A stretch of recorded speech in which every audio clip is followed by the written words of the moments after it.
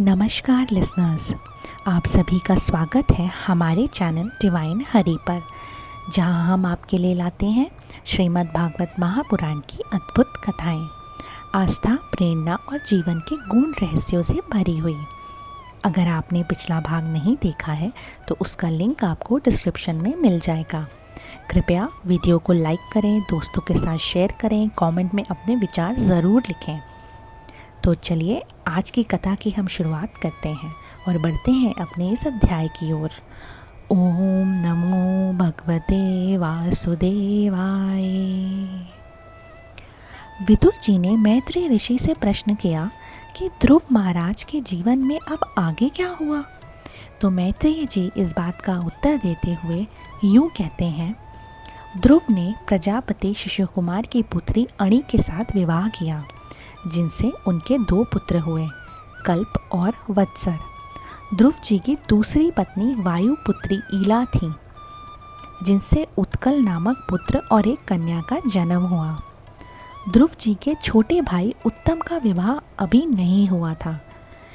एक दिन उत्तम हिमालय पर्वत पर शिकार के लिए गए, जहाँ एक बलवान यक्ष ने उन्हें मार डाला।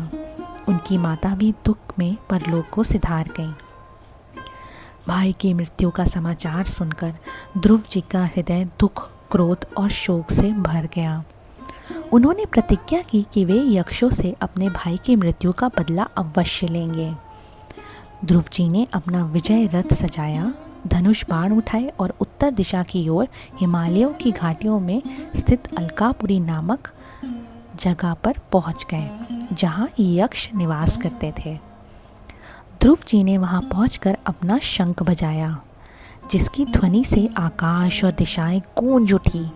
यक्षों की पत्नियां भयभीत होकर कांपने लगीं। यक्ष योद्धा क्रोधित होकर अस्त्र शस्त्र लेकर बाहर निकले और ध्रुव जी पर टूट पड़े। ध्रुव जी ने एक साथ प्रत्येक यक्ष को 3-3 बाण मारे। यक्ष समझ गए कि ध्रुव का पराक्रम अद्भुत है। यक्षों की संख्या भी 13 आयु थी, यानी 1,30,000 थी। उन्होंने ध्रुव जी पर अस्त्र शस्त्र की वर्षा कर दी। परिघ, खड्ग, त्रिशूल, फरसा, शक्ति, भ्रुशुंडी और पंखदार बाण। ध्रुव जी उन अस्त्रों से ढक गए, जैसे घने बादल में पर्वत छिप जाया करते हैं। सिद्धगण आकाश से ये दृश्य देखकर बोले, आज ध्रुव यक्षों के समुद्र में डूब ही गए। लेकिन तभी ध्रुव जी का रथ फिर से प्रकट हो गया, जैसे कोहरे में सूर्य निकल आते हैं। ध्रुव जी ने अपने दिव्य धनुष की आवाज से शत्रुओं के दिल को दहला दिया। उन्होंने बाणों की वर्षा कर यक्षों के अस्त्र शस्त्र को नष्ट कर दिया। उनके तीखे बाण यक्षों के कवच भेदकर शरीर में घुस गए, जैसे इंद्र का वज्र पर्वत में प्रवेश कर जाता है। रणभूमि में कटे हुए यक्षों के मस्तक, बाहें, हार और पगड़ियों से भूमि सज गई हो। जो यक्ष बचे वे ध्रुव जी के बाणों से घायल होकर युद्ध भूमि छोड़कर भागी गए। अब रणभूमि में कोई शत्रु ही नहीं था, पर ध्रुव जी सतर्क थे।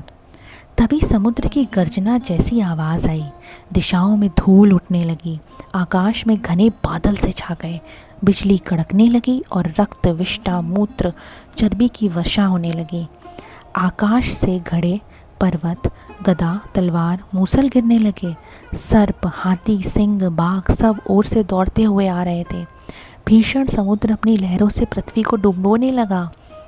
ये सब यक्षों की मायावी शक्ति थी, जिसे ध्रुव जी को डराने की कोशिश की गई।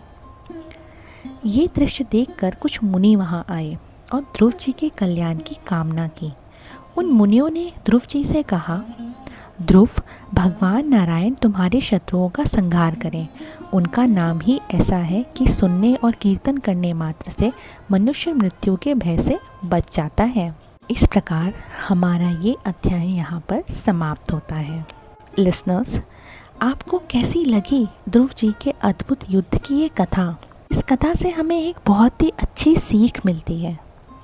वो ये है कि सच्चे साहस, धैर्य और भगवान में श्रद्धा से असंभव भी संभव हो जाता है। माया कैसी भी हो, संकट कितना भी बड़ा हो, अगर हम सत्य और धर्म के मार्ग पर हैं तो भगवान की कृपा से विजय निश्चित ही है। अगर आपको ये कथा पसंद आई हो, वीडियो को लाइक करें, अपने परिवार और मित्रों के साथ साझा करें और कमेंट में श्री हरि अवश्य लिखें और चैनल को सब्सक्राइब करें। बेल आइकन ज़रूर दबाएं ताकि आपको हमारी अगली कथाएं सबसे पहले मिलें। हम फिर मिलेंगे अगली कथा में, तब तक के लिए धन्यवाद। जय श्री हरि, जय श्री ध्रुव जी की।